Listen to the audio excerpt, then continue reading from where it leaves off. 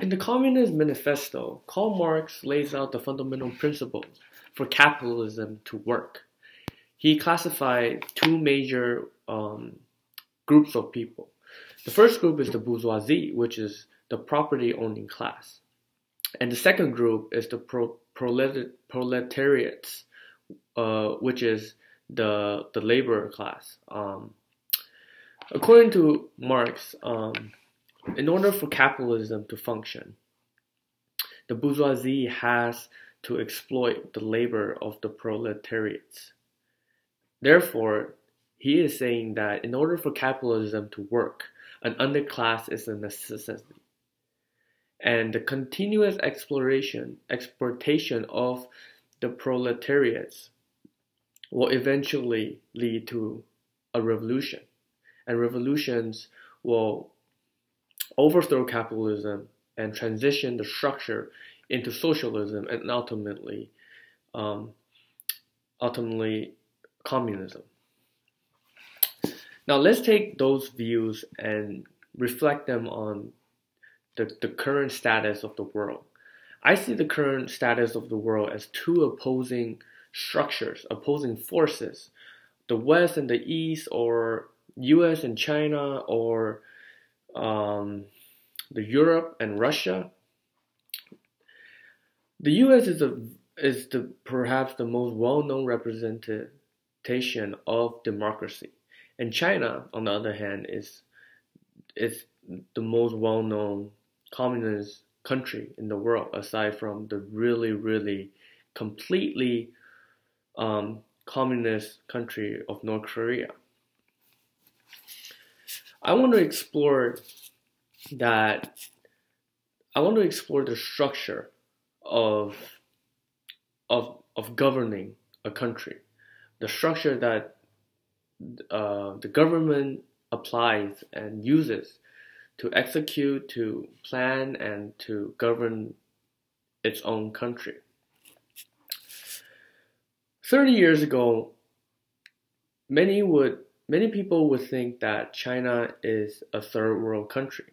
And 30 years later, now, China is really not a third world country anymore. If you look at Shanghai, if you look at Beijing, those cities are extremely developed and advanced. But many Westerners will argue that, well, those are the cities along the coast of the ocean. And China has decided to selectively develop certain areas in China. But I believe that China is doing a great job in terms of governing a country under a structure, which for them is communism. The rise of China has forced many Western philosophers to reflect on the structure of democracy. Is democracy a truly good structure for all models in the world, all of the countries? Should all the countries become a democracy or a capitalism in this case? I believe that US can be divided into three parts.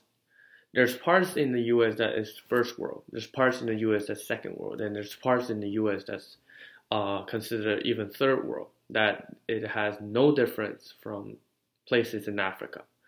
For example, New York, the city beside New Jersey. And I took a flight there once, and the airport was really bad. Well, if you look at China, you will not find any airport that is like New York. In China, you won't find it in Beijing, you won't find it in Shanghai, you won't find it in Guangzhou, you won't find it in Hong Kong. But the world is evolving into an era that is so complex that I don't think any structure can be used to predict the future, can be used to adapt to changes. I believe any structure under good governance, and by governance I mean the execution, the ability to adapt. Under any structure, it is the governance is the key part. And I think this is the reason why China has become so successful today.